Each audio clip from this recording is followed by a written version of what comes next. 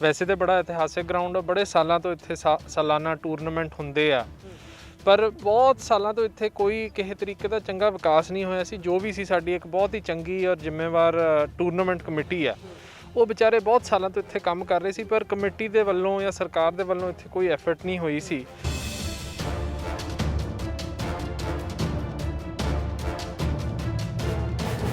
ਸਾਡਾ ਸਰਕਾਰੀ ਕਾਲਜ ਬੁਰਜ ਹਰੀ ਸਿੰਘ 'ਚ 10 ਕਰੋੜ ਦੀ ਉਹਦੀ ਇਮਾਰਤ ਤਿਆਰ ਹੋ ਚੁੱਕੀ ਹੈ। ਕਲਾਸਾਂ ਇਸ ਸਾਲ ਸ਼ੁਰੂ ਹੋ ਜਾਣਗੀਆਂ। 7-8 ਕਰੋੜ ਦੀ ਸਾਡੀ ITI ਬਣ ਰਹੀ ਆ। ਪਿੰਡ ਸੀਲੋਆਣੀ ਨੇ ਜ਼ਮੀਨ ਦਿੱਤੀ ਹੋਈ ਆ। ਬੱਸੀਆਂ ਕੋਠੀ ਉਹ ਬਣ ਰਹੀ ਆ ITI।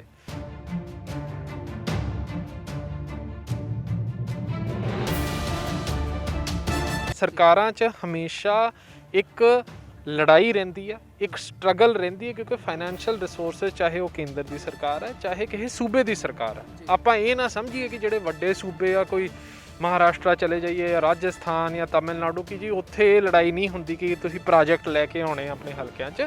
ਇਹ ਲੜਾਈ ਤੇ ਹਰ ਥਾਂ ਤੇ ਰਹਿੰਦੀ ਹੈ। ਸੋਚ ਦੀ ਗੱਲ ਹੈ, ਜਜ਼ਬੇ ਦੀ ਆ। ਲੱਗੇ ਰਹੋਗੇ ਤੇ ਸਾਰੇ ਕੰਮ ਹੋ ਜਾਂਦੇ।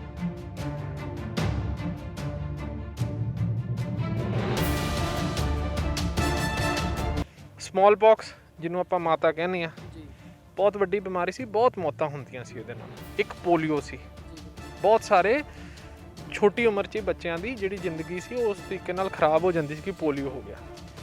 ਇਹ ਦੋ ਬਿਮਾਰੀਆਂ ਨੂੰ ਭਾਰਤ ਨੇ ਮੈਂ ਸਮਝ ਸਕਦਾ ਸਾਰੀ ਦੁਨੀਆ 'ਚ ਲੀਡ ਲੈ ਕੇ ਅੱਗੇ ਵੱਧ ਕੇ ਸਾਡੀ ਸਰਕਾਰਾਂ ਨੇ, ਜਦੋਂ ਦੇਸ਼ ਇਹਦੇ ਤੋਂ ਕਿਤੇ ਆਪਾਂ ਕਹਿ ਦਈਏ ਕਿ ਘੱਟ ਵਿਕਸਿਤ ਸੀ, ਸਰਕਾਰਾਂ ਦੇ ਕੋਲ ਕਿਤੇ ਘੱਟ ਪੈਸਾ ਹੁੰਦਾ ਸੀ, ਤਦ ਇਹ ਦੋ ਬਿਮਾਰੀਆਂ ਨੂੰ ਆਪਾਂ ਹਰਾਇਆ।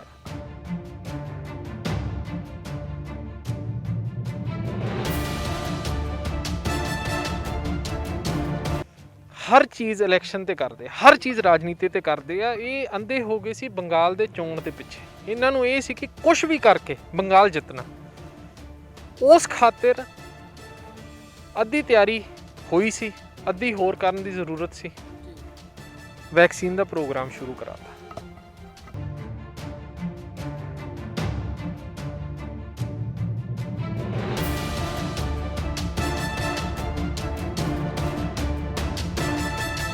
ਜਿਵੇਂ ਲੀਡਰ ਆਫ ਆਪੋਜੀਸ਼ਨ ਨੇ ਇੱਕ ਪਰੰਪਰਾ ਆ, ਚਲੋ ਹੋਰ ਵੀ ਬਹੁਤ ਕੁਝ ਹੁੰਦਾ ਕਿ ਡਿਬੇਟ ਹੋਣੇ ਹੁੰਦੇ ਆ, ਡਿਸਕਸ਼ਨ ਹੋਣੀ ਆ, ਤੁਸੀਂ ਆਪੋਜੀਸ਼ਨ ਨੂੰ ਵੀ ਨਾਲ ਲਓ।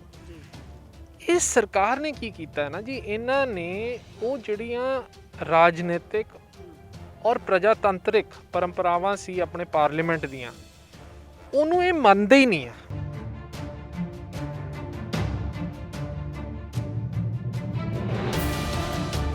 ਇੱਥੇ ਤੇ ਕਰੋਨਾ ਦੀ ਕੋਈ ਲੜਾਈ ਨਹੀਂ ਕੀਤੀ, ਬੰਗਾਲ ਦਾ ਚੋਣ ਕੀਤਾ ਸਿਰਫ 4-5 ਮਹੀਨੇ। ਔਰ ਮਾਰਚ 'ਚ ਜਦੋਂ ਕੇਸ ਹੌਲੇ ਹੌਲੇ ਵਧਣ ਲੱਗ ਗਏ, ਇਹ ਰੈਲੀਆਂ ਹੋਰ ਕਰੀ ਗਏ। ਜਦ 2 ਲੱਖ ਕੇਸ 3 ਲੱਖ ਕੇਸ ਦਿੰਦੇ ਹੋ ਰਹੇ ਸੀ, ਤਦ ਇਹਨਾਂ ਨੇ ਭਾਸ਼ਣ ਦਿੱਤਾ ਕਿ ਇੰਨੀ ਵੱਡੀ ਰੈਲੀ ਤਾਂ ਮੈਂ ਜ਼ਿੰਦਗੀ 'ਚ ਨਹੀਂ ਦੇਖੀ। ਮੈਂ ਤੇ ਬਾਗੋ ਬਾਗ ਹੋ ਗਿਆ ਜੀ ਦੇਖ ਕੇ ਕਿ ਇੰਨੇ ਲੱਖਾਂ ਬੰਦੇ ਇੱਥੇ ਆਏ। ਜਦੋਂ ਇਹ ਬੰਗਾਲ ਗਏ ਆ, ਕੁਛ 1000-2000 ਕੇਸ ਦਿੰਦੇ ਹੁੰਦੇ ਸੀ। ਜਿਸ ਦਿਨ ਬੰਗਾਲ ਤੋਂ ਬਾਹਰ ਨਿਕਲੇ ਆ, 20-30 ਹਜ਼ਾਰ ਕੇਸ ਦਿੰਦੇ ਹੋਣ। ਝੂਠ ਬੋਲਦੇ ਆ, ਗੱਲਬਾਤ ਕਰਕੇ ਕਿਸੇ ਨਾਲ ਰਾਜ਼ੀ ਨਹੀਂ। ਦੇਸ਼ ਦੇ ਹਰ ਕੋਨੇ ਤੋਂ ਸਾਡੇ ਕਿਸਾਨ ਭਰਾਵਾਂ ਨੇ ਇੱਕ ਆਵਾਜ਼ 'ਚ ਇਹਨਾਂ ਨੂੰ ਦੱਸਤਾ ਸੀ ਕੀ ਚਾਹੁੰਦੇ ਆ। ਮੈਂ ਤੇ ਇੰਨੀ ਘਮੰਡੀ ਕੋਈ ਸਰਕਾਰ ਨਹੀਂ ਦੇਖੀ। ਦੇਖੋ, ਜਦੋਂ ਤੁਸੀਂ ਜਿੱਤ ਜਾਂਦੇ ਹੋ, ਜਦੋਂ ਤੁਹਾਡੀ ਸਰਕਾਰਾਂ ਬਣ ਜਾਂਦੀਆਂ, ਬੜਾਪਨ ਦਿਖਾਈਦਾ ਹੁੰਦਾ। ਦੇਸ਼ ਵਿਦੇਸ਼ ਟਾਈਮ ਦੇਖ ਰਹੇ ਸਰ ਦਰਸ਼ਕਾਂ ਦਾ ਬਹੁਤ ਬਹੁਤ ਸਵਾਗਤ ਹੈ ਜੀ। ਮੈਂ ਇੰਦਰਪਾਲ ਸਿੰਘ ਧੋਨਾ। ਇਸ ਟਾਈਮ ਅਸੀਂ ਖੜੇ ਹਾਂ ਲੁਧਿਆਣਾ ਦੇ ਹਲਕਾ ਰੈਕੋਰਡ ਦੇ ਵਿੱਚ, ਵਿਧਾਨ ਸਭਾ ਹਲਕਾ। ਉੱਥੇ ਖੜੇ ਤੁਸੀਂ ਦੇਖ ਸਕਦੇ ਹੋ, ਇੱਥੇ ਖੂਬਸੂਰਤ ਤੁਹਾਨੂੰ ਇੱਕ ਵੱਡਾ ਗਰਾਊਂਡ ਨਜ਼ਰ ਆ ਰਿਹਾ, ਜਿਹੜਾ ਸ਼ਹਿਰਾਂ ਦੇ ਵੱਡੇ ਗਰਾਊਂਡ ਨਾਲ ਜਿਹੜਾ ਮਾਤ ਪਾ ਰਿਹਾ ਵਾ। ਸੋ ਹਲਕਾ ਰੈਕੋਰਡ ਦਾ ਇਹ ਵੱਡਾ ਗਰਾਊਂਡ ਹੈ, ਪਲੇ ਗਰਾਊਂਡ ਹੈਗਾ ਵਾ। ਤੇ ਤੁਸੀਂ ਦੇਖ ਸਕਦੇ ਹੋ ਕੰਮ ਹਲੇ ਚੱਲਦਾ ਪਿਆ ਵਾ। ਕੰਮ ਦਾ ਜਾਇਜ਼ਾ ਲੈਣ ਵਿਸ਼ੇਸ਼ ਤੌਰ ਤੇ ਪਹੁੰਚੇ ਨੇ ਇੱਥੇ ਕਾਮਿਲ ਬੋਪਰਾ ਜੀ, ਜਿਹੜੇ member parliament doctor Amar Singh ji ਦੇ ਸਪੁੱਤਰ ਵੀ ਨੇ। ਇਹਦੇ ਨਾਲ ਗੱਲਬਾਤ ਕਰਾਂਗੇ। ਬਾਈ ਸਤਿ ਸ਼੍ਰੀ ਅਕਾਲ ਜੀ। ਸਤਿ ਸ਼੍ਰੀ ਅਕਾਲ ਧੋਨਾ ਸਾਹਿਬ। ਕਿਵੇਂ ਚੱਲ ਰਿਹਾ ਜੀ ਕੰਮ ਤੇ ਕੀ ਪ੍ਰੋਗਰੈਸ ਹੈਗੀ ਜੀ ਅੱਗੇ ਦੀ? ਨਹੀਂ ਧੋਨਾ ਸਾਹਿਬ, ਇਹ ਜਿਹੜਾ ਬੇਸਿਕਲੀ ਸਾਡਾ ਇਹਨੂੰ ਅਸੀਂ ਸਾਡਾ ਸ਼ਹਿਰ ਵਾਸੀ ਜਿਹੜੇ ਅਸੀਂ ਸਾਰੇ ਆ, ਇਹਨੂੰ ਸਾਡਾ ਢਾਲੀ ਸਾਹਿਬ ਗੁਰਦੁਆਰੇ ਦੇ ਨਾਲ ਇਹ ਸਾਡਾ ਗਰਾਊਂਡ ਲੱਗਦਾ। ਵੈਸੇ ਤਾਂ ਬੜਾ ਇਤਿਹਾਸਿਕ ਗਰਾਊਂਡ ਆ, ਬੜੇ ਸਾਲਾਂ ਤੋਂ ਇੱਥੇ ਸਾਲਾਨਾ ਟੂਰਨਾਮੈਂਟ ਹੁੰਦੇ ਆ, ਪਰ ਬਹੁਤ ਸਾਲਾਂ ਤੋਂ ਇੱਥੇ ਕੋਈ ਕਿਸੇ ਤਰੀਕੇ ਦਾ ਚੰਗਾ ਵਿਕਾਸ ਨਹੀਂ ਹੋਇਆ ਸੀ। ਜੋ ਵੀ ਸੀ ਸਾਡੀ ਇੱਕ ਬਹੁਤ ਹੀ ਚੰਗੀ ਔਰ ਜ਼ਿੰਮੇਵਾਰ ਟੂਰਨਾਮੈਂਟ ਕਮੇਟੀ ਆ, ਉਹ ਵਿਚਾਰੇ ਬਹੁਤ ਸਾਲਾਂ ਤੋਂ ਇੱਥੇ ਕੰਮ ਕਰ ਰਹੇ ਸੀ, ਪਰ ਕਮੇਟੀ ਦੇ ਵੱਲੋਂ ਜਾਂ ਸਰਕਾਰ ਦੇ ਵੱਲੋਂ ਇੱਥੇ ਕੋਈ ਐਫਰਟ ਨਹੀਂ ਹੋਈ ਸੀ। ਤੇ ਪਿਛਲੇ 3-4 ਮਹੀਨਿਆਂ 'ਚ ਡਾਕਟਰ ਅਮਰ ਸਿੰਘ ਜੀ ਦੇ ਯਤਨਾਂ ਸਦਕਾ ਤਕਰੀਬਨ 30 ਲੱਖ ਰੁਪਏ ਦਾ ਇਹ ਸਾਡਾ 2 ਫੇਜ਼ 'ਚ ਪ੍ਰੋਜੈਕਟ ਆ। 30 ਲੱਖ ਰੁਪਏ ਤੇ ਲੱਗ ਚੁੱਕੇ, ਇਹਦੇ ਵਿੱਚ ਅਸੀਂ ਵਾਕਿੰਗ ਪਾਥ ਬਣਾਤੇ ਆ, ਲਾਈਟਸ ਲਾਤੀਆਂ ਨੇ। ਹੁਣ ਅਗਲਾ ਫੇਜ਼ ਹੈਗਾ ਕਿ ਅਸੀਂ ਇਹਦੇ ਵਿੱਚ ਹੋਰ ਇਹਦੀ ਡਿਵੈਲਪਮੈਂਟ ਕਰ ਰਹੇ ਹਾਂ, ਹੋਰ ਇੱਕ ਵਾਕਿੰਗ ਪਾਥ ਬਣੂਗਾ ਬਾਉਂਡਰੀ ਤੇ, ਚਿਲਡਰਨ ਪਲੇਗਰਾਊਂਡ ਬਣਾ ਰਹੇ ਹਾਂ, ਉੱਥੇ ਪਾਰਕਿੰਗ ਬਣ ਰਹੀ ਆ, ਸ਼ੈੱਡ ਲਾਵਾਂਗੇ ਸਟੈਂਡਸ ਲਈ, ਤੇ ਇਹਨੂੰ ਇੱਕ ਆਦਰਸ਼ ਅਸੀਂ ਸਪੋਰਟਸ ਗਰਾਊਂਡ ਦੇ ਰੂਪ ਵਿੱਚ ਅਸੀਂ ਇਹਨੂੰ ਡਿਵੈਲਪ ਕਰ ਰਹੇ ਹਾਂ। ਜੇ ਗਰਾਊਂਡ ਦੀ ਗੱਲ ਕੀਤੀ, ਕਿਹੜੇ ਗੇਮਾਂ ਇਸ ਟਾਈਮ ਇੱਥੇ ਜਿਹੜੀਆਂ ਖੇਡਦੇ ਨੇ ਨੌਜਵਾਨ ਖੇਡਦੇ ਨੇ? 3 ਖੇਡਦੇ ਆ ਜੀ। ਇਹ ਆਪਾਂ ਹਾਕੀ ਗਰਾਊਂਡ 'ਚ ਖੜੇ ਆ, ਨਾਲ ਆਪਣਾ ਕਬੱਡੀ ਗਰਾਊਂਡ ਹੈ, ਤੀਜਾ ਫੁੱਟਬਾਲ ਗਰਾਊਂਡ ਆ, ਔਰ ਉੱਥੇ ਵਾਲੀਬਾਲ ਖੇਡਦੇ, ਤੇ 4 ਗੇਮ ਮੈਨੂੰ ਜਿਹੜੇ ਆਪਣੇ ਨੌਜਵਾਨ ਆ ਹਰ ਸ਼ਾਮ ਆ ਕੇ ਕਰਦੇ। ਔਰ ਬਹੁਤ ਸਾਰੇ ਲੋਕ ਹੁਣੇ ਤੇ ਕਿਉਂਕਿ ਆਪਣਾ ਕਰੋਨਾ ਕਾਲ ਚੱਲ ਰਿਹਾ ਤੇ ਲੋਕਾਂ ਦਾ ਬਾਹਰ ਆਉਣਾ ਘਟ ਵੀ ਗਿਆ, ਔਰ ਸ਼ਾਮ ਨੂੰ ਤੇ ਵੈਸੇ ਵੀ ਲੋਕਡਾਊਨ ਹੁੰਦਾ, ਲੋਕ ਆਉਂਦੇ ਨਹੀਂ ਆ, ਤੇ ਵਰਨਾ ਇਹ ਬਹੁਤ ਜ਼ਿਆਦਾ ਇੱਥੇ ਲੋਕ ਆਉਂਦੇ ਆ, ਵਾਕ ਕਰਦੇ ਆ।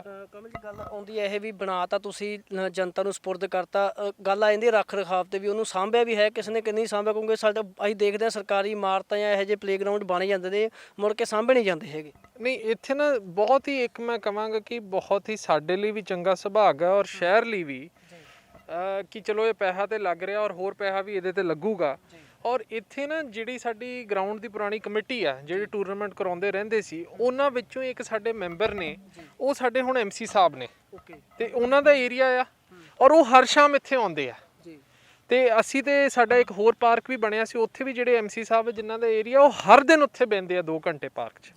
ਤੇ ਜ਼ਿੰਮੇਵਾਰੀ ਲਾਈ ਹੈ, ਦੇਖੋ ਇਹ ਤੇ ਸਾਰਿਆਂ ਨੂੰ ਰਲ ਮਿਲ ਕੇ ਕਰਨਾ ਪੈਂਦਾ, ਪਰ ਜਿਹੜੇ ਸਾਡੇ MC ਸਾਹਿਬਾਨ ਆ ਜਿਨ੍ਹਾਂ ਦੇ ਏਰੀਆਜ਼ ਵਿੱਚ ਇਹ ਕੰਮ ਹੋ ਰਹੇ, ਉਹਨਾਂ ਨੂੰ ਜ਼ਰੂਰ ਸਮਝਾਇਆ ਕਿ ਸਭ ਤੋਂ ਵੱਡੀ ਤੁਹਾਡੀ ਜ਼ਿੰਮੇਵਾਰੀ ਇਹਦਾ ਚੰਗੀ ਤਰੀਕੇ ਨਾਲ ਤੁਸੀਂ ਇਹਨੂੰ ਸਾਂਭੋ ਔਰ ਇਹਦਾ ਧਿਆਨ ਰੱਖੋ। ਕਮਲ ਜੀ, ਦੀ ਗੱਲ ਕੀਤੀ ਜਾਵੇ ਹਲਕਾ ਰੈਕੋਰਡ ਦੇ ਵਿਕਾਸ ਕਾਰਜਾਂ ਦੀ, ਤਾਂ 4.5 ਸਾਲ ਦੇ ਕਰੀਬ ਸਮਾਂ ਹੋਣ ਨੂੰ ਆ, ਕਿਹੜੇ ਕੰਮ ਤੁਸੀਂ ਹਲਕਾ ਰੈਕੋਰਡ ਦੇ ਵਿੱਚ ਕਰਵਾਏ ਹੈਗੇ ਨੇ? ਦੇਖੋ ਜੀ, ਡਾਕਟਰ ਅਮਰ ਸਿੰਘ ਜੀ ਜਦੋਂ ਹਲਕਾ ਰਾਏਕੋਟ 'ਚ 2016 'ਚ ਇਲੈਕਸ਼ਨ ਲੜਨ ਆਏ, ਇੱਕ ਸੋਚ ਲੈ ਕੇ ਆਏ ਸੀ, ਔਰ ਉਸ ਸੋਚ ਦੇ ਤਹਿਤ ਪਿਛਲੇ 4-4.5 ਸਾਲਾਂ ਵਿੱਚ ਬਹੁਤ ਵੱਡੇ ਜਿਹੜੇ ਮੈਂ ਕਹਿ ਸਕਦਾ ਕਿ ਇੰਜ ਦੇ ਕੰਮ ਸੀ ਧੁੰਨਾ ਸਾਹਿਬ, ਕਿ ਜਿਹੜੇ ਅੱਜ ਤੱਕ ਸਾਡੇ ਇਸ ਹਲਕੇ 'ਚ ਚੋਣ ਘੋਸ਼ਣਾ ਪੱਤਰਾਂ ਤੱਕ ਸੀਮਿਤ ਰਹਿ ਗਏ ਸੀ। ਸਾਡਾ ਸਰਕਾਰੀ ਕਾਲਜ ਬੁਰਜ ਹਰੀ ਸਿੰਘ 'ਚ 10 ਕਰੋੜ ਦੀ ਉਹਦੀ ਇਮਾਰਤ ਤਿਆਰ ਹੋ ਚੁੱਕੀ ਹੈ, ਕਲਾਸਾਂ ਇਸ ਸਾਲ ਸ਼ੁਰੂ ਹੋ ਜਾਣਗੀਆਂ। 7-8 ਕਰੋੜ ਦੀ ਸਾਡੀ ITI ਬਣ ਰਹੀ ਆ, ਪਿੰਡ ਸੀਲੋਆਣੀ ਨੇ ਜ਼ਮੀਨ ਦਿੱਤੀ ਹੋਈ ਆ, ਬੱਸੀਆਂ ਕੋਠੀ ਉਹ ਬਣ ਰਹੀ ਆ ITI। ਉਹਦੇ ਬਾਅਦ ਅੰਤਰਰਾਸ਼ਟਰੀ ਹਵਾਈ ਅੱਡੇ ਦਾ ਬਹੁਤ ਜ਼ੋਰ ਨਾਲ ਕੰਮ ਚੱਲ ਰਿਹਾ, ਉਹਦੀ 9 ਕਰੋੜ ਦੀ ਅਪਰੋਚ ਰੋਡ ਆ, ਉਹ ਤਕਰੀਬਨ ਤਿਆਰ ਹੋ ਗਈ ਆ, ਉਹਦੀ 4 ਦੀਵਾਰੀ ਤਿਆਰ ਹੋ ਗਈ ਆ, ਤਕਰੀਬਨ 50 ਕਰੋੜ ਦਾ ਟੈਂਪਰੇਰੀ ਟਰਮੀਨਲ ਦਾ ਕੰਮ ਸ਼ੁਰੂ ਹੋਣ ਵਾਲਾ। ਉਹਦੇ ਬਾਅਦ ਰਾਏਕੋਟ ਸ਼ਹਿਰ ਦਾ ਜਿਹੜਾ ਸੀਵਰੇਜ ਪ੍ਰੋਜੈਕਟ ਆ, 35 ਕਰੋੜ ਦਾ ਪ੍ਰੋਜੈਕਟ ਆ, ਉਹ ਸ਼ੁਰੂ ਹੋ ਗਿਆ ਆ। ਰਾਏਕੋਟ ਬੱਸ ਅੱਡਾ ਸਾਡਾ 4 ਕਰੋੜ ਦਾ ਅਗਲੇ ਮਹੀਨੇ ਉਹ ਸ਼ੁਰੂ ਹੋਣ ਜਾ ਰਿਹਾ। ਹਲਕੇ ਦੇ ਜਿਹੜੇ ਸਾਡੇ ਸੂਏ ਆ, ਮਹਿਰੀ ਸੂਏ ਆ, ਉਹਨਾਂ ਨੂੰ ਪੱਕਾ ਕਰਨ ਲਈ 20 ਕਰੋੜ ਦਾ ਜਿਹੜਾ ਪ੍ਰੋਜੈਕਟ ਆ, ਉਹ ਸਰਕਾਰ ਨੇ ਇਸ ਸਾਲ ਮਨਜ਼ੂਰ ਕੀਤਾ, ਉਹ ਵੀ ਛੇਤੀ ਸ਼ੁਰੂ ਕੀਤਾ ਜਾਊਗਾ। ਬਾਕੀ ਸ਼ਹਿਰ ਦੇ ਵਿਕਾਸ ਤੇ ਤਕਰੀਬਨ 10 ਕਰੋੜ ਰੁਪਏ ਖਰਚ ਹੋਇਆ। ਬਹੁਤ ਸ਼ਹਿਰ ਦੇ ਬੁਰੇ ਹਾਲ ਸੀ, ਹੁਣ ਤੁਸੀਂ ਦੇਖੋਗੇ LED ਲਾਈਟਾਂ ਲੱਗ ਗਈਆਂ, ਵੱਖ-ਵੱਖ ਮੁਹੱਲਿਆਂ ਦਾ ਵਿਕਾਸ ਹੋ ਗਿਆ, ਇਹ ਗਰਾਊਂਡ ਬਣਿਆ, ਪਾਰਕ ਬਣੇ ਆ, ਹੋਰ ਵੀ ਅਸੀਂ ਕੰਮ ਕਰ ਰਹੇ ਹਾਂ। ਔਰ ਪਿੰਡਾਂ 'ਚ ਵੀ ਅਸੀਂ ਕੋਸ਼ਿਸ਼ ਕਰ ਰਹੇ ਹਾਂ ਕਿ ਵੱਧ ਤੋਂ ਵੱਧ ਜਿਹੜੀ ਸਹੂਲਤਾਂ ਨੇ ਪਿੰਡਾਂ ਵਿੱਚ ਦਈਏ, ਗਲੀਆਂ ਬਣਨ, ਉੱਥੇ ਪਾਰਕਸ ਬਣਨ, ਗਰਾਊਂਡਸ ਬਣਨ, ਧਰਮਸ਼ਾਲਾਸ ਦੀ ਰਿਪੇਅਰ ਹੋਏ, ਇਹ ਸਾਰਾ ਕੰਮ ਅਸੀਂ ਕਰਾ ਰਹੇ ਹਾਂ। ਕਮਲ ਜੀ, ਅਸਲ 'ਚ ਹੋਇਆ ਕੀ ਆ, ਇਸ ਹਲਕੇ ਦੇ ਵਿੱਚ ਸਰਕਾਰ ਦੇ ਉਲਟ ਵਿਧਾਇਕ ਚੁਣਿਆ ਇਸ ਹਲਕੇ ਨੇ, ਭਾਵੇਂ ਉਹ ਪਿਛਲੀ ਸਰਕਾਰ ਦੀ ਗੱਲ ਕਰ ਲਈਏ, ਹੁਣ ਦੀ ਗੱਲ ਕਰ ਲਈਏ, ਤਾਂ ਐਤਕੀ ਵੀ ਜਿਹੜਾ ਆਮ ਆਦਮੀ ਪਾਰਟੀ ਤੋਂ ਵਿਧਾਇਕ ਚੁਣੇ ਗਏ ਸੀ, ਵਿਧਾਇਕ ਦੀ ਜਿਹੜੇ ਪਿਛਲੇ 2-3 ਵਿਧਾਇਕ ਨੇ ਕਾਰਗੁਜ਼ਾਰੀ ਤੁਸੀਂ ਕਿਵੇਂ ਦੇਖਦੇ ਹੋ ਜੀ? ਧੁੰਨਾ ਸਾਹਿਬ, ਮੈਂ ਕਿਸੇ ਹੋਰ ਬੰਦੇ ਦੀ ਕਾਰਗੁਜ਼ਾਰੀ ਤੇ ਕੋਈ ਕਮੈਂਟ ਨਹੀਂ ਕਰਨਾ ਚਾਹਾਂਗਾ। ਕਾਰਨ ਕੀ ਰਿਹਾ ਗਿਆ ਵਾ ਵੀ ਕੰਮ ਕਰਾਉਣ ਦੀ ਇੱਛਾ ਨਹੀਂ ਰਹਿੰਦੀ ਜਦੋਂ ਵਿਰੋਧੀ ਧਿਰ 'ਚ ਬੰਦਾ ਆ ਜਾਂਦਾ? ਮਨਸ਼ਾ ਜੀ, ਡਾਕਟਰ ਅਮਰ ਸਿੰਘ ਜੀ ਵੀ ਇਲੈਕਸ਼ਨ ਹਾਰ ਗਏ ਸੀ। ਦੇਖੋ, 3 ਵੱਡੇ ਕੰਮ, ਸਾਡਾ ਕਾਲਜ, ਸਾਡਾ ਸਰਕਾਰੀ ITI ਔਰ ਹਵਾਈ ਅੱਡਾ ਜਿਹੜਾ ਹਲਵਾਰਾ ਅੰਤਰਰਾਸ਼ਟਰੀ ਹਵਾਈ ਅੱਡਾ ਬਣ ਜਾ ਰਿਹਾ। ਇਹ ਤੇ ਜਦੋਂ ਉਹ MP ਨਹੀਂ ਬਣੇ ਸੀ, ਜਦੋਂ ਡਾਕਟਰ ਸਾਹਿਬ ਸਿਰਫ ਇੱਥੋਂ ਇਲੈਕਸ਼ਨ ਉਹ ਹਾਰ ਗਈ ਸੀ, ਮੀਤ ਪ੍ਰਧਾਨ ਸੀ ਪੰਜਾਬ ਕਾਂਗਰਸ ਦੀ, ਉਸ ਟਾਈਮ ਉਹਨਾਂ ਨੇ ਕਰਾਤੇ ਸੀ। ਤੇ ਮੈਂ ਸਮਝਦਾ ਇਹ ਤੇ ਜਜ਼ਬਾ ਹੁੰਦਾ, ਅਗਰ ਤੇ ਤੁਸੀਂ ਰਾਜਨੀਤੀ 'ਚ ਕੰਮ ਕਰਾਉਣ ਲਈ ਆਏ ਹੋ। ਅੱਜ ਵੀ ਤਕਰੀਬਨ ਤੁਸੀਂ ਮੰਨੋਗੇ ਅਸੀਂ 8 ਘੰਟੇ ਮੀਟਿੰਗਾਂ ਕੀਤੀਆਂ ਵੱਖ-ਵੱਖ ਮਹਿਕਮਿਆਂ ਨਾਲ, ਇਹ ਦੇਖਣ ਲਈ ਕਿ ਕੰਮ ਕਿੱਥੇ ਪਹੁੰਚ ਗਿਆ ਆ, ਔਰ ਕੱਲ ਵੀ ਕਰਾਂਗੇ। ਔਰ ਹਫਤੇ ਵਿੱਚ ਇਹ ਤਕਰੀਬਨ ਹੁੰਦਾ ਹੀ ਹੈ ਕਿ ਹਰ ਹਫਤੇ ਤਕਰੀਬਨ ਇੱਕ ਅੱਧ ਦਿਨ ਤੇ ਅਸੀਂ 8-10 ਘੰਟੇ ਤੇ ਸਿਰਫ ਕੰਮਾਂ ਦਾ ਜਾਇਜ਼ਾ ਲੈਂਦੇ ਹਾਂ ਅਫਸਰਾਂ ਨਾਲ। ਬਾਕੀ ਹਫਤੇ ਤੇ ਚਲੋ ਹਲਕੇ 'ਚ ਬੰਦਾ ਘੁੰਮਦਾ ਰਹਿੰਦਾ, ਕਿਸੇ ਖੁਸ਼ੀ ਦੇ ਮੌਕੇ ਚਲੇ ਜਾਂਦੇ ਆ, ਕਿਤੇ ਕੋਈ ਕਿਸੇ ਹੋਰ ਪਿੰਡ ਫੰਕਸ਼ਨ ਹੁੰਦਾ, ਕੋਈ ਭੋਗ ਹੁੰਦਾ, ਉੱਥੇ ਜਾਂਦੇ ਆ, ਕੋਈ ਉਦਘਾਟਨ ਹੁੰਦੇ ਆ। ਚਲੋ ਉਦਘਾਟਨ ਹੁਣ ਲੋਕਡਾਊਨ ਵਿੱਚ ਸਾਰਾ ਕੁਝ ਬੰਦ ਆ, ਪਰ ਬੰਦਾ ਸਾਰਾ ਟਾਈਮ ਘੁੰਮਦਾ ਰਹਿੰਦਾ। ਤੇ ਇਹਦੇ ਮੈਂ ਸਮਝਦਾ ਇਹ ਸਾਰੇ ਕੰਮ ਕਰਾਏ ਜਾ ਸਕਦੇ ਆ। ਸਰਕਾਰਾਂ 'ਚ ਹਮੇਸ਼ਾ ਇੱਕ ਲੜਾਈ ਰਹਿੰਦੀ ਆ, ਇੱਕ ਸਟਰਗਲ ਰਹਿੰਦੀ ਹੈ, ਕਿਉਂਕਿ ਫਾਈਨੈਂਸ਼ੀਅਲ ਰਿਸੋਰਸਿਸ ਚਾਹੇ ਉਹ ਕੇਂਦਰ ਦੀ ਸਰਕਾਰ ਹੈ ਚਾਹੇ ਕਿਸੇ ਸੂਬੇ ਦੀ ਸਰਕਾਰ ਹੈ। ਆਪਾਂ ਇਹ ਨਾ ਸਮਝੀਏ ਕਿ ਜਿਹੜੇ ਵੱਡੇ ਸੂਬੇ ਆ, ਕੋਈ ਮਹਾਰਾਸ਼ਟਰ ਚਲੇ ਜਾਈਏ ਜਾਂ ਰਾਜਸਥਾਨ ਜਾਂ ਤਮਿਲਨਾਡੂ, ਕਿ ਜੀ ਉੱਥੇ ਇਹ ਲੜਾਈ ਨਹੀਂ ਹੁੰਦੀ ਕਿ ਤੁਸੀਂ ਪ੍ਰੋਜੈਕਟ ਲੈ ਕੇ ਆਉਣੇ ਆਪਣੇ ਹਲਕਿਆਂ 'ਚ। ਇਹ ਲੜਾਈ ਤੇ ਹਰ ਥਾਂ ਤੇ ਰਹਿੰਦੀ ਆ, ਸੋਚ ਦੀ ਗੱਲ ਆ, ਜਜ਼ਬੇ ਦੀ ਆ। ਲੱਗੇ ਰਹੋਗੇ ਤੇ ਸਾਰੇ ਕੰਮ ਹੋ ਜਾਂਦੇ ਆ। ਕਮਲ ਜੀ, ਕਰੋਨਾ ਕਾਲ ਚੱਲ ਰਿਹਾ ਵਾ, ਕਰੋਨਾ ਕਾਲ ਦੇ ਵਿੱਚ ਦਿੱਕਤਾਂ ਆ ਰਹੀਆਂ ਨੇ, ਪਬਲਿਕ ਨੂੰ ਦਿੱਕਤਾਂ ਆ ਰਹੀਆਂ, ਪਰ ਕੇਂਦਰ ਸਰਕਾਰ ਪੰਜਾਬ ਦੇ ਉੱਤੇ ਭਾਂਡਾ ਭੰਨ ਦਿੰਦੀ ਆ, ਪੰਜਾਬ ਕੇਂਦਰ ਦੇ ਉੱਤੇ ਭਾਂਡਾ ਭੰਨ ਦਿੰਦੀ ਆ। ਅਸਲ ਦੇ ਵਿੱਚ ਲੋਕਾਂ ਨੂੰ ਕਦੋਂ ਇਸ ਚੀਜ਼ ਤੋਂ ਨਿਜਾਤ ਮਿਲੇਗੀ? ਲੋਕਾਂ ਨੂੰ ਸਹੂਲਤ ਨਹੀਂ ਮਿਲਦੀ, ਸਰਕਾਰਾਂ ਇੱਕ ਦੂਜੇ ਦੇ ਪਾਲੇ 'ਚ ਗੇਂਦਾਂ ਸੁੱਟ ਰਹੀਆਂ ਨੇ। ਦੇਖੋ ਧੁਨਾ ਸਾਹਿਬ, ਗੱਲ ਕੀ ਹੁੰਦੀ ਆ ਕਿ ਸਰਕਾਰਾਂ ਜਿਹੜਾ ਕੰਮ ਕਰ ਸਕਦੀਆਂ, ਸਿਹਤ ਇੱਕ ਇੰਜ ਦਾ ਖੇਤਰ ਆ ਕਿ ਜਿਹਦੇ ਵਿੱਚ ਜ਼ਿੰਮੇਵਾਰੀਆਂ ਵੰਡੀਆਂ ਹੋਈਆਂ। ਜਿਹੜੀ ਸੂਬਾ ਸਰਕਾਰਾਂ ਨੇ ਉਹ ਡਾਕਟਰ ਨਰਸਾਂ ਨੂੰ ਭਰਤੀ ਕਰ ਸਕਦੀਆਂ ਨੇ, ਨਵੇਂ ਹਸਪਤਾਲ ਬਣਾ ਸਕਦੀਆਂ ਨੇ। ਹੁਣ ਕਰੋਨਾ ਚੱਲ ਹੀ ਰਿਹਾ, ਸਾਡਾ ਝੋੜਾ ਪਿੰਡ ਆ, ਉੱਥੇ ਇੱਕ ਨਵਾਂ PHC ਮਿਨੀ ਹਸਪਤਾਲ ਸਾਡਾ ਤਿਆਰ ਹੋ ਗਿਆ, ਉਹ ਅਸੀਂ ਅਗਲੇ ਮਹੀਨੇ ਲੋਕਾਂ ਨੂੰ ਸਮਰਪਿਤ ਕਰ ਦੇਣਾ।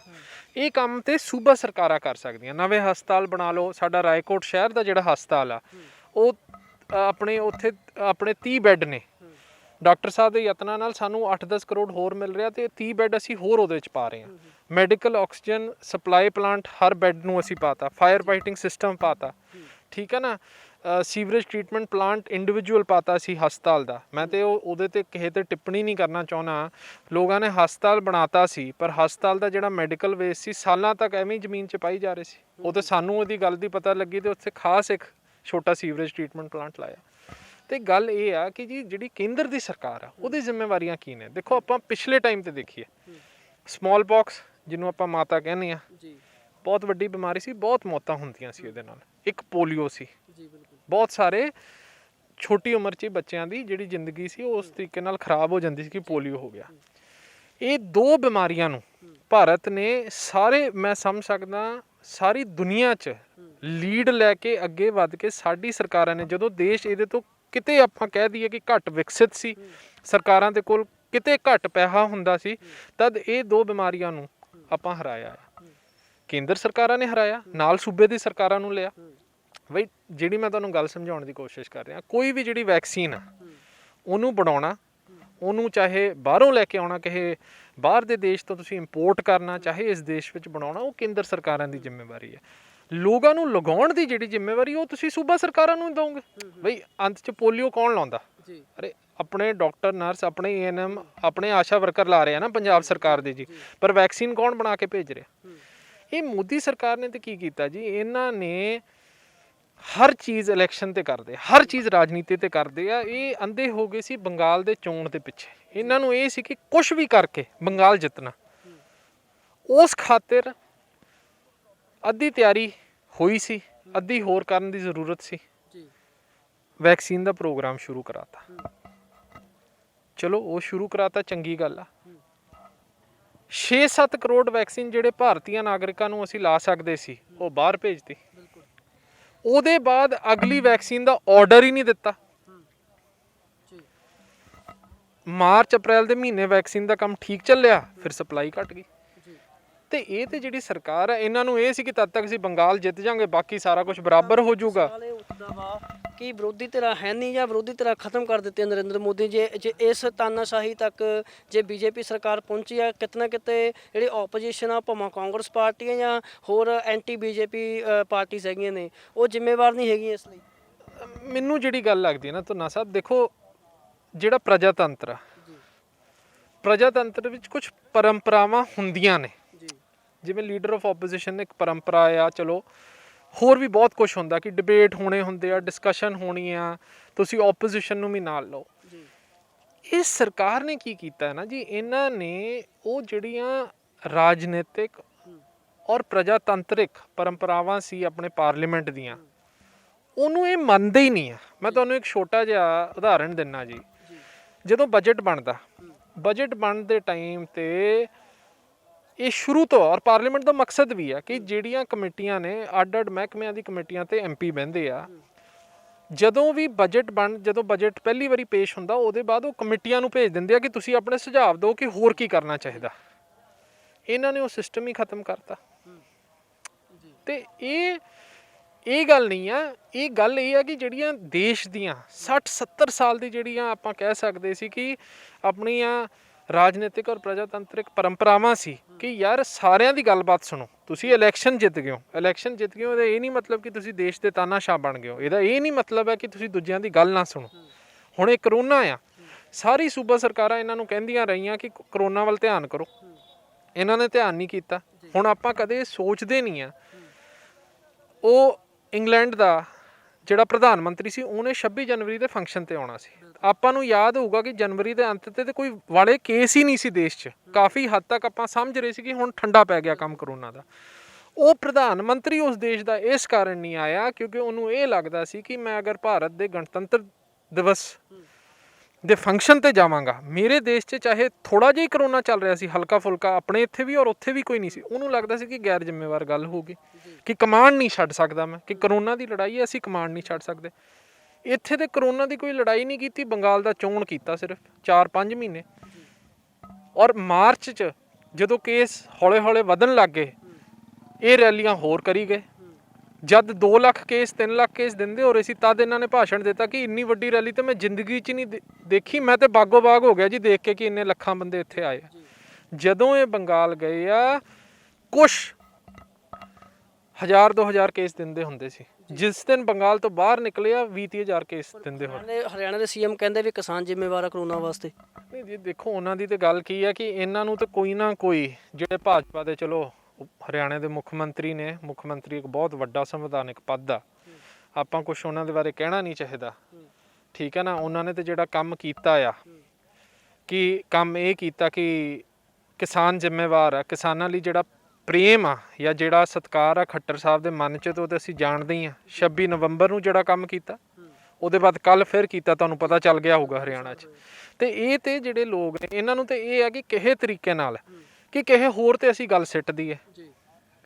ਅਰੇ ਪਿਛਲੇ ਸਾਲ ਰਾਹੁਲ ਗਾਂਧੀ ਜੀ ਨੇ, ਕਾਂਗਰਸ ਨੇ ਔਰ ਬਾਕੀ ਵੀ ਪਾਰਟੀਆਂ ਨੇ ਮੁੱਦੇ ਚੱਕੇ ਜੀ, ਕਰੋਨਾ ਬਾਰੇ ਧਿਆਨ ਦਿਓ, ਧਿਆਨ ਦਿਓ, ਧਿਆਨ ਦਿਓ। ਤਦ ਕਿਸਾਨੀ ਕਾਨੂੰਨ ਲੈ ਕੇ ਆਉਣੇ ਸੀ, ਕਿਸੇ ਦੀ ਗੱਲਬਾਤ ਨਹੀਂ ਸੁਣੀ, ਪਾਰਲੀਮੈਂਟ ਚਲਾਈ ਗਏ, ਠੀਕ ਹੈ ਨਾ। ਤੇ ਜਦੋਂ ਆਪਣਾ ਕੋਈ ਏਜੰਡਾ ਪੂਰਾ ਕਰਨਾ ਹੁੰਦਾ ਤਦ ਇਹ ਕੁਛ ਨਹੀਂ ਦੇਖਦੇ। ਇਹਦੇ ਗੱਲਾਂ ਕੀ ਆ, ਇਹਦੇ ਕੋਈ ਬੰਦਾ ਲੱਭਦੇ ਆ ਨਾ। ਇਹਨਾਂ ਨੂੰ ਕੋਈ ਹਰਿਆਣਾ 'ਚ ਜਿਹੜਾ ਕਰੋਨਾ ਫੈਲ ਰਿਹਾ ਤੁਹਾਨੂੰ ਦਿਖ ਨਹੀਂ ਰਿਹਾ ਸੀ? ਤੁਸੀਂ 6 ਮਹੀਨੇ ਕੀ ਕਰ ਰਹੇ ਸੀ? ਕਿਸਾਨੀ ਸੰਘਰਸ਼ ਤੇ ਅਗਰ ਪਿਛਲੇ ਸਾਲ ਅਗਸਤ 'ਚ ਸ਼ੁਰੂ ਹੋਇਆ, ਜੁਲਾਈ 'ਚ ਸ਼ੁਰੂ ਹੋਇਆ, ਉਹਦੇ ਪਹਿਲੇ ਕੀ ਸੀ? ਕਰੋਨਾ ਨਹੀਂ ਸੀ? ਤੇ ਕੌਣ, ਤਦ ਕਿਵੇਂ ਫੈਲ ਗਿਆ ਕਰੋਨਾ? ਔਰ ਵਿੱਚੋਂ ਜਦੋਂ ਘਟ ਗਿਆ, ਜਦੋਂ ਸਭ ਤੋਂ ਘੱਟ ਕਰੋਨਾ ਸੀ, ਤਦ ਸਭ ਤੋਂ ਵੱਧ ਲੋਕ ਕਿਸਾਨੀ ਸੰਘਰਸ਼ ਵਿੱਚ ਆਪਾਂ ਸਾਰੇ ਜੁਟੇ ਹੋਏ ਸੀ। ਮੈਂ ਵੀ ਬਾਰਡਰਾਂ ਤੇ ਗਿਆ, ਤੁਸੀਂ ਲੋਕ ਵੀ ਕਵਰੇਜ ਕਰਨ ਜਾਂਦੇ ਸੀ, ਹਰ ਬੰਦਾ ਪੰਜਾਬ ਦਾ ਉੱਥੇ ਬੈਠਾ ਸੀ। ਤਦ ਤੇ ਕਰੋਨਾ ਦੇ ਕਿਤੇ ਕੋਈ ਕੇਸ ਨਹੀਂ ਹੋ ਰਹੇ ਸੀ। ਤੇ ਉਹਨਾਂ ਤੇ ਰਾਜਨੀਤੀ ਕਰਦੀ ਸਰਕਾਰ, ਕੀ ਕਹਿਣਾ ਚਾਹੁੰਦੇ ਹੋ ਤੁਸੀਂ? ਨਹੀਂ, ਰਾਜਨੀਤੀ ਤੇ ਇਹਨਾਂ ਦੀ ਇਹ ਆ ਕਿ ਕਿਸੇ ਤਰੀਕੇ ਨਾਲ ਝੂਠ ਬੋਲਦੇ ਆ, ਗੱਲਬਾਤ ਕਰਕੇ ਕਿਸੇ ਨਾਲ ਰਾਜ਼ੀ ਨਹੀਂ। ਦੇਸ਼ ਦੇ ਹਰ ਕੋਨੇ ਤੋਂ ਸਾਡੇ ਕਿਸਾਨ ਭਰਾਵਾਂ ਨੇ ਇੱਕ ਆਵਾਜ਼ 'ਚ ਇਹਨਾਂ ਨੂੰ ਦੱਸਤਾ ਸੀ ਕੀ ਚਾਹੁੰਦੇ ਆ। ਮੈਂ ਤੇ ਇੰਨੀ ਘਮੰਡੀ ਕੋਈ ਸਰਕਾਰ ਨਹੀਂ ਦੇਖੀ। ਦੇਖੋ, ਜਦੋਂ ਤੁਸੀਂ ਜਿੱਤ ਜਾਂਦੇ ਹੋ, ਜਦੋਂ ਤੁਹਾਡੀ ਸਰਕਾਰਾਂ ਬਣ ਜਾਂਦੀਆਂ, ਬੜਾਪਨ ਦਿਖਾਈਦਾ ਹੁੰਦਾ। ਤੁਸੀਂ ਜਵਾਹਰ ਲਾਲ ਨਹਿਰੂ ਬਾਰੇ ਪੜ੍ਹੋ, ਦੂਜਿਆਂ ਬਾਰੇ ਪੜ੍ਹੋ, ਜਿਨ੍ਹਾਂ ਨੂੰ ਸਟੇਟਸਮੈਨ ਕਹਿੰਦੇ ਆ ਨਾ ਆਪਾਂ ਇੰਗਲਿਸ਼ 'ਚ, ਕਿ ਬੜੇ ਦਰਵੇਸ਼ ਸਿਆਸਤਦਾਨ ਜਿਹੜੇ ਹੋਏ ਆ ਦੇਸ਼ ਦੇ, ਉਹ ਲੋਕ ਹੋਏ ਆ ਕਿ ਜਦੋਂ ਇੰਜ ਦਾ ਕੋਈ ਮੌਕਾ ਆਉਂਦਾ, ਜਦੋਂ ਫਸ ਜਾਂਦਾ ਕੰਮ, ਉਹ ਆਪਣਾ ਪੈਰ ਪਿੱਛੇ ਪੁੱਟ ਲੈਂਦੇ ਆ ਕਿ ਠੀਕ ਆ ਵੀ ਦੇਸ਼ ਪਹਿਲੇ ਆ। ਇਹਨਾਂ ਨੂੰ ਤਾਂ ਫਰਕ ਹੀ ਨਹੀਂ ਪੈਂਦਾ। ਇਹ ਤੇ ਕਿਸੇ ਵੀ ਤਰੀਕੇ ਨਾਲ ਇਹਨਾਂ ਨੂੰ ਕਹਿਣਾ, ਇਹ ਕਹਿੰਦੇ ਜੀ ਅਸੀਂ ਲੱਖਾਂ ਕਿਸਾਨਾਂ ਨਾਲ ਗੱਲ ਕੀਤੀ।